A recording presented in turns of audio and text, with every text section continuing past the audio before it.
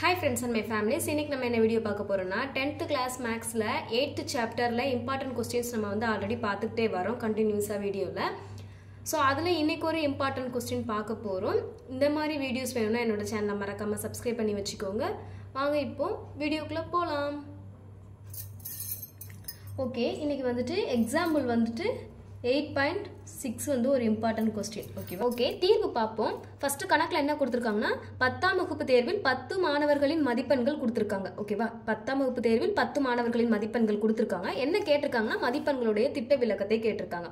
Okay, இப்போ நம்ம வந்துட்டு நம்ம லாஸ்டா இதுக்கு முன்னாடி ஒரு முக்கியமான கணக்குன்னு சொல்லி ஒரு கணக்கு பார்த்தோம். ஸோ அந்த கணக்குக்கும் இந்த கணக்குக்கும் என்ன டிஃபரன்ஸ்ங்கிறத ஃபர்ஸ்ட் பார்த்துருவோம். அதுக்கப்புறம் ஆஸ் யூஷுவல் ஃபார்முலா எழுதி ஸ்டெப் பை ஸ்டெப்பா ஆன்சர் பார்க்கலாம். ஓகேவா?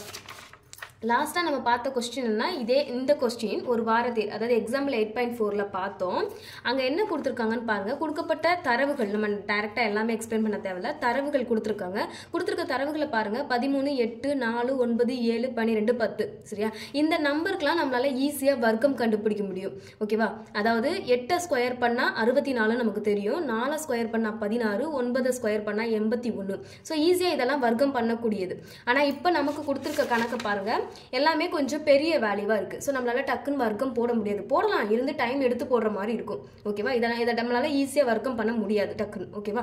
அதுக்கு சொன்ன மாதிரி இதால ஈஸியா சொல்ல முடியாது. ஓகே, இங்கேயுமே திட்ட விளக்கம் தான் கேட்டிருக்காங்க, இங்கேயும் திட்ட விளக்கம் தான் கேட்டிருக்காங்க. டக்குன்னு உங்களுக்கு இந்த ரெண்டு கொஸ்டின் பார்த்தீங்கன்னா கன்ஃபியூஸ் ஆயிடும். நான் இப்போ இந்த கொஸ்டினுக்கு எந்த ஃபார்முலா போடுறது அப்படின்னு சொல்லி திணறக்கூடியது வரும். இப்போ இதுக்கு என்ன ஃபார்முலா போட்டிருக்கோம்? திட்ட விளக்கம் sigma equal to summation xi square divided by n minus summation xi divided by n the whole square அப்படின்னு சொல்லி நம்ம ஃபார்முலா போட்டிருக்கோம். ஆனால் நம்ம அந்த ஃபார்முலாவை இங்கே யூஸ் பண்ண போகிறது இல்லை. ஸோ அதுக்கு தான் ஃபஸ்ட்டே நான் டிஃப்ரென்ஷியேஷன் என்னன்னு சொல்லிடுறேன். வித்தியாசம் அதுக்கும் இதுக்கும் என்ன வித்தியாசம்னு சொல்கிறேன். சிம்பிளாக ஒன்று தாங்க. இப்படி சின்ன சின்ன வேல்யூஸ் வந்துச்சுன்னா டக்குன்னு இந்த ஃபார்முலா போட்டு நம்ம டக்குன்னு செஞ்சிடலாம். ஓகேவா? ஆனால் இந்த மாதிரி கொஞ்சம் பெரிய வேல்யூஸ் வந்துச்சுன்னா என்ன ஃபார்முலா போடணும் அப்படிங்கிறத இந்த வீடியோவில் நம்ம பார்க்கலாம். ஓகேவா? ஸோ வீடியோவை ஸ்கிப் பண்ணாமல் பாருங்கள், ஃபுல்லாக பாருங்கள், உங்களுக்கு கொஞ்சம் இன்ட்ரெஸ்டாகவே இருக்கும். ஓகேவா? ஃபஸ்ட்டு ஃபார்முலா எழுதிக்கிறோம். திட்ட விளக்கம் sigma is equal to root of summation ti the whole square divided by n minus summation di divided by n the whole square. Okay, அங்கே என்ன ஃபார்முலா பார்த்துருப்போம்? இந்த டிஐ வந்திருக்க இடத்துல அப்படியே எக்ஸை வந்திருக்கு. Okay, sigma equal to summation எக்ஸை square divide by n minus summation எக்ஸை த ஹோல் ஸ்கொயர். ஸோ இந்த எக்ஸைக்கும் டிஐக்கும் உள்ள டிஃப்ரெண்ட் தான் என்ன சொன்னேன்னா, எக்ஸை ஃபார்முலா போடுறோம்னா இந்த வேல்யூஸ் எல்லாமே சின்ன சின்ன வேல்யூஸாக இருக்கும், ஈஸியாக நம்மளால வர்க்கம் பண்ண முடியும். இப்போ டிஐ போடுறோம்னா கொஞ்சம் வேல்யூஸ் எல்லாம் பெருசாக இருக்கிறதுனால அந்த ஃபார்முலாவில் நம்ம டிஐ போடுறோம். ஓகேவா? ஸோ இதுதான் சிம்பிள். ஓகே, இப்போ என்ன பார்க்க போறோம்னா, இப்போ டிஐன்னு கொடுத்துருக்காங்க. ஸோ டிஐ எப்படி கண்டுபிடிக்கிறது? அதுக்கு ஒரு சின்ன ஃபார்முலா இருக்கு. இதையும் நீங்க ஞாபகம் வச்சுக்கணும். டிஐ கண்டுபிடிக்கணும்னா xi மைனஸ் ஏ, இதுதான் ஃபார்முலா. ஓகே, xi மைனஸ் ஏ, இது ஒரு சின்ன ஃபார்முலா. இதையும் நீங்க ஞாபகம் வச்சுக்கணும். அதில் நம்ம டைரக்டா போட்டுருவோம். இது டிஐ அப்படிங்கிறதுனால நம்ம xi மைனஸ் ஏ. xi என்னது? கொடுக்கப்பட்ட தரவுகள் தான் xi. அப்போ ஏ என்னது அப்படிங்கிற டவுட் வரும். ஓகேவா? ஏ என்னன்னா ஊக சராசரி. ஓகே, ஊக சராசரியை தான் ஏ அப்படின்னு சொல்லுவோம். ஓகேவா? இப்போ இந்த ஏ எப்படி கண்டுபிடிக்கணும் அப்படின்னா, நார்மல் சராசரியை நம்ம எப்படி கண்டுபிடிப்போம்? நார்மலா சராசரி என்னவோ அதுதான் ஊக சராசரி. ஓகேவா? இப்போ நார்மலா கண்டுபிடிக்கிறோம். ஓகேவா? இப்போ மதிப்பெண்களின் சராசரி கண்டுபிடிக்க போறோம்.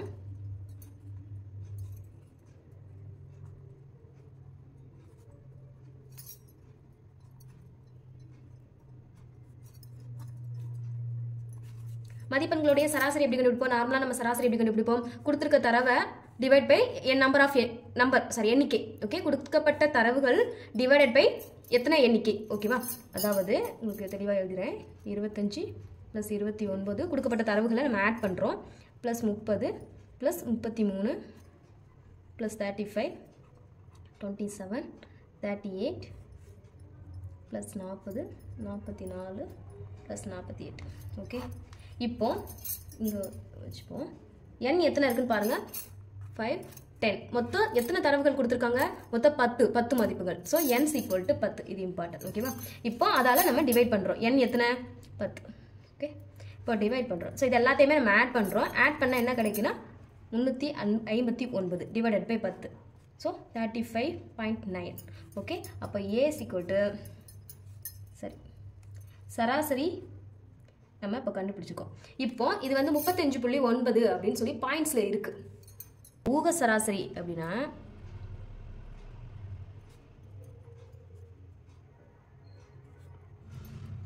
இதை 35.9 ரவுண்டா நம்ம எடுக்க போறோம். ஒன்று 35 கூட எடுத்துக்கலாம், இல்லைன்னா 35.9 36 கூட எடுக்கலாம். 35 போட்டாலும் ஆன்சர் சேம் தான் வரும், 36 போட்டாலும் ஆன்சர் சேம் தான் வரும். ஓகேவா? ஸோ நம்ம வந்து 35 எடுத்துக்கலாம். ஓகேவா? நீங்கள் ரெண்டு எதுனாலும் எடுக்கலாம். ஏன் 35 எடுத்துருக்கீங்க, 36 எடுக்கலாமேன்னு கேட்கலாம். ஸோ 36 போட்டாலும் சேம் ஆன்சர் தான் வரும். ஸோ 35 எடுத்தாலும் சேம் ஆன்சர் தான் வரும். நீங்கள் எது போட்டாலுமே உங்களுக்கு எக்ஸாமில் மார்க் வரும். ஓகேவா? ஸோ ஏ கண்டுபிடிச்சாச்சு. இப்போ நம்ம ஆஸ் யூஷுவல் நம்ம என்ன போடுவோம், ஒரு அட்டவணை போடுவோம். நார்மலாக தரவுகளை எக்ஸைன் போடுவோம். இப்போ என்ன நம்ம கேட்டிருக்காங்கன்னா டிஐ, சமேஷன் டிஐ கேட்டிருக்காங்க. ஸோ நம்ம டிஐ போட போகிறோம். டிஐ ஆல்ரெடி நம்ம பார்த்தாச்சு, எக்ஸ்ஐ மைனஸ் ஏ. ஓகே, ஏயோட வேல்யூ 35. ஸோ சிம்பிள் தான். அதுக்கப்புறம் டிஐ வேணும், சமேஷன் டிஐ வேணும், அப்புறம் சமேஷன் டிஐ ஸ்கொயர் வேணும். ஓகேவா?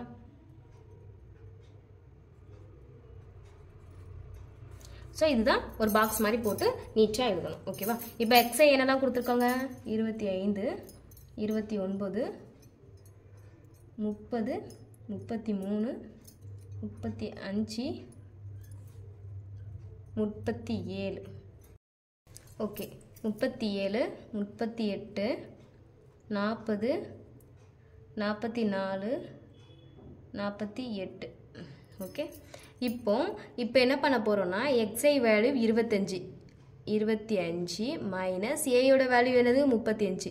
ஸோ 25லேருந்து 35 கழிச்சா என்ன வரும், -10.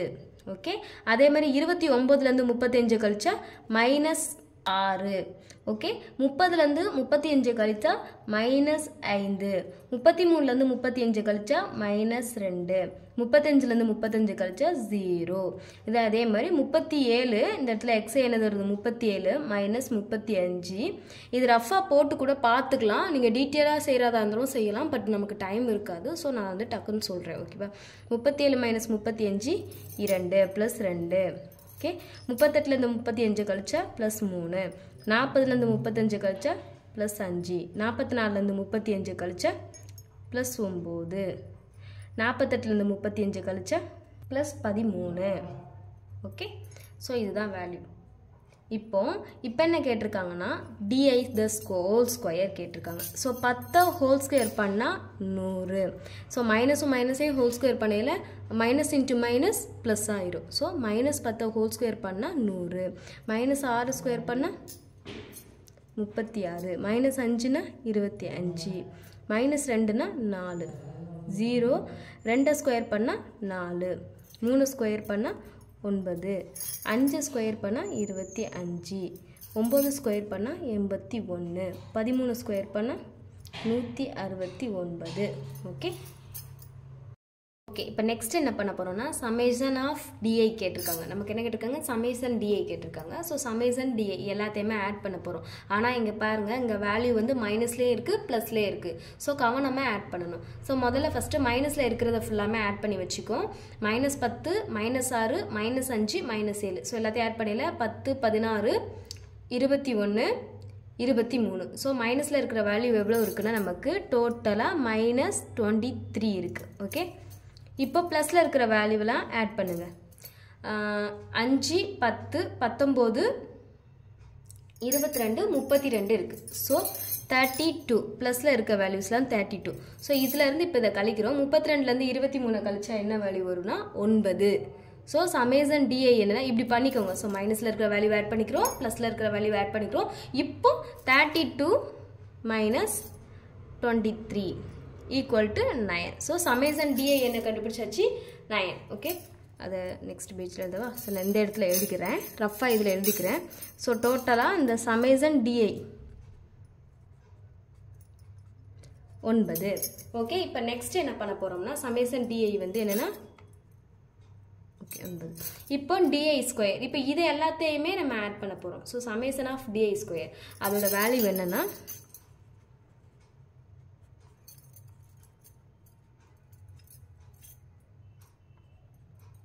ஸோ இதை ஆட் பண்ணி பாருங்கள், நீங்களே ரஃபானாலாம் ஆட் பண்ணி பாருங்கள். ஆட் பண்ணி பார்த்தா 453.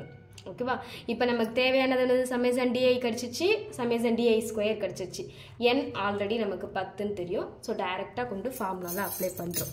ஸோ அதையுமே இங்கே அப்ளை பண்ணிடுறேன்.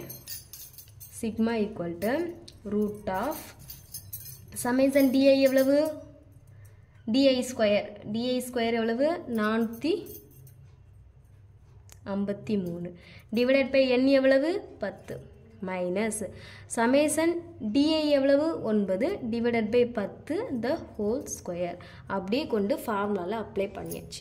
ஓகே, இப்போ அதே மாதிரி சிக்மா ஈக்குவல் டு இப்போ 453 10ஆல் டிவைட் பண்ணல ஒரு ஸ்தானம் தள்ளி புள்ளி வைக்கிறோம்.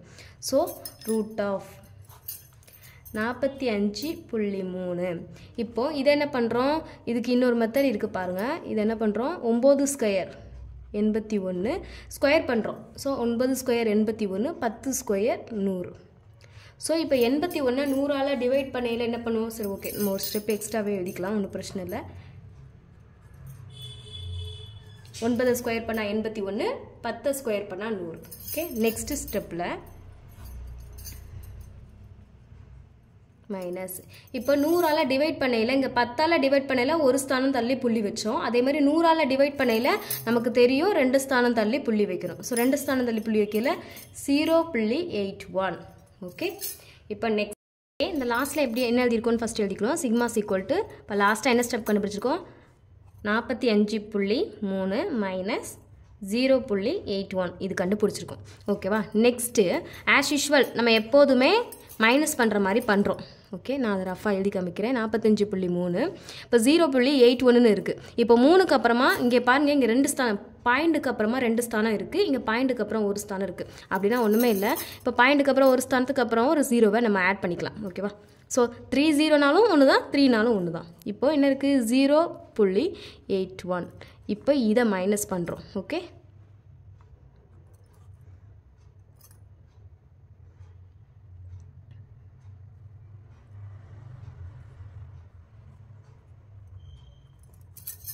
ஓகே 44.49 இதுதான்.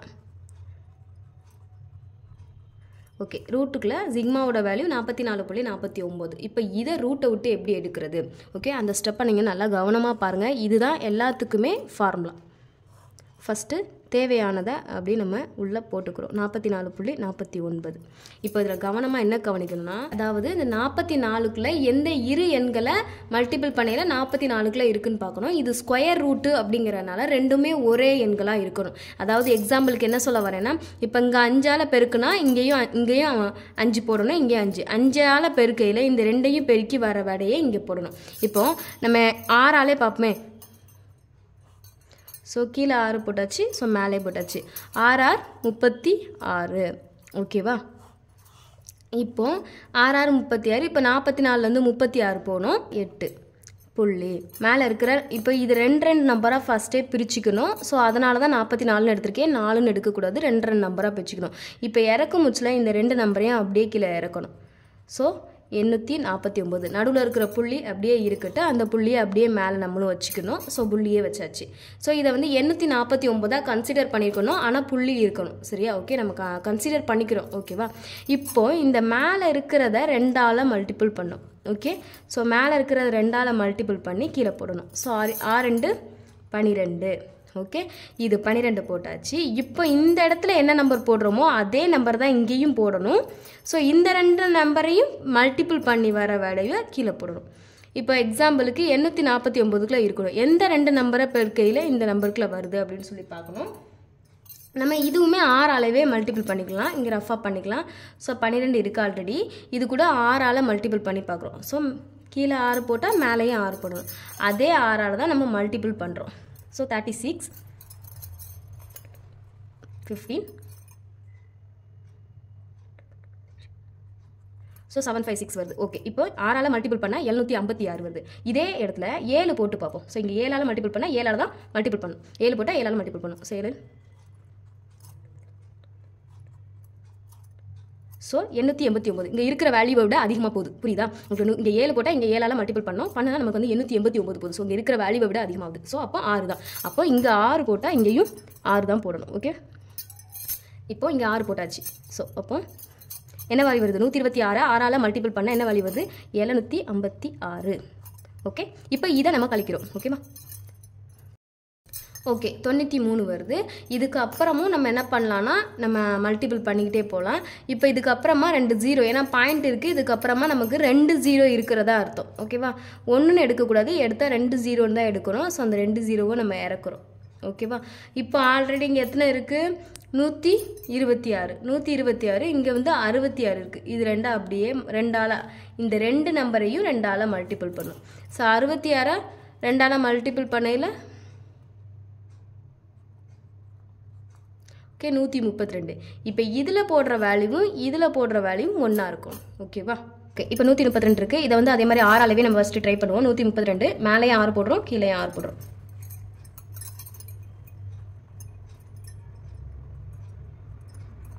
ஸோ என்ன வேல்யூ வருதுன்னா 7956 வருது. ஓகே, 6ஆல் போட்டால் 7 தான் வருது. அப்போ கண்டிப்பாக 7ஆல் போகும். நம்மளுடைய ஒரு கெஸ்ஸிங் தான், 7க்குள்ளே போயிடும். ஸோ இங்கே 7 போடுறோம், இங்கேயும் 7 போடுறோம். ஓகே, ஸோ 7ஆல் பண்ணையில்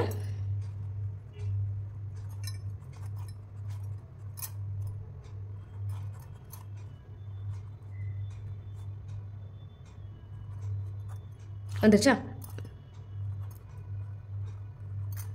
ஓகே, இப்படியே போய்கிட்டே இருக்கும். இப்போ நமக்கு 2 டிஜிட் கிடச்சிச்சு. ஸோ இப்போ என்ன ஃபைனலாக கிடச்சிருக்குன்னா சிக்மா ஈக்குவல் டு மேலே என்ன வேல்யூவில் இருக்குது உங்களுக்கு தெரியும் நினைக்கிறேன். அது லைட்டாக கொஞ்சம் தான் இருக்குது, 6.67 இருக்குது. ஓகே, ஸோ ரூட்டை விட்டு எடுக்கிற தோராயமாக நமக்கு என்ன வேல்யூ கிடைக்கும்? 6.67 கிடைக்கும். இதுதான் ஆன்சர். ஸோ இந்த வகுத்தல் முறையை கண்டிப்பாக ஃபாலோ பண்ணிக்கோங்க. ஸோ இங்கே 2 வேல்யூவை மல்டிபிள் பண்ணுற வேல்யூவை கீழே போடுறோம். மேலே இருக்கிற வேல்யூவோட எப்போவுமே 2 பெருக்கிறோம். இப்போ 6ஆல் 2 பெருக்கி 12 போட்டோம். அதுக்கப்புறமா இங்கே என்ன நம்பர் போடுறோமோ அதே நம்பரை மேலே போட்டுக்கிட்டோம். ஸோ இப்போ வந்ததுக்கப்புறம் மேலே பாயிண்ட்ஸ் எல்லாம் கன்சிடர் பண்ண தேவையில்லை. இப்போ 6.6 இருக்குது. இந்த 2 நம்பரையும் 2ஆல் மல்டிபிள் பண்ணுறோம். ஸோ 66 2ஆல் மல்டிபிள் பண்ணால் 132. அதுக்கப்புறமா இங்கே என்ன வேல்யூ போடுறோமோ அதே வேல்யூ தான் இங்கே போடுறோம். ஸோ அந்த வேல்யூவால் நமக்கு மல்டிபிள் பண்ணி பார்க்கல கிடச்சிச்சு ஒரு வேல்யூ. ஸோ இது பாயிண்ட். இதுக்கப்புறம் நமக்கு இன்னும் செஞ்சுட்டு போகிறோம். 2 டிஜிட் கிடச்சா போதும். ஓகே, தோராயமாக 6.67 கிடச்சிருக்கு. இதுதான் ஆன்சர். ஸோ இதே மாதிரி வீடியோஸ் பார்க்கணும்னு என்னோட சேனலை மறக்காம சப்ஸ்கிரைப் பண்ணிக்கோங்க. வீடியோ ஸ்கிப் பண்ணாமல் பாருங்கள், உங்களுக்கு ரொம்பவே யூஸ்ஃபுல்லாக இருக்கும். பப்ளிக் எக்ஸாமுக்கு இந்த கொஸ்டின்ஸ் எக்ஸ்பெக்ட் பண்ணலாம். வீடியோ பிடிச்சிருந்துச்சுன்னா மறக்காம ஒரு லைக் பண்ணிக்கோங்க. உங்களுடைய ஃப்ரெண்ட்ஸ்க்கும் ஷேர் பண்ணுங்கள். உங்களுடைய லைக்ஸ் வந்து எனக்கு ஒரு மோட்டிவேஷனாக இருக்கும். தேங்க்யூ.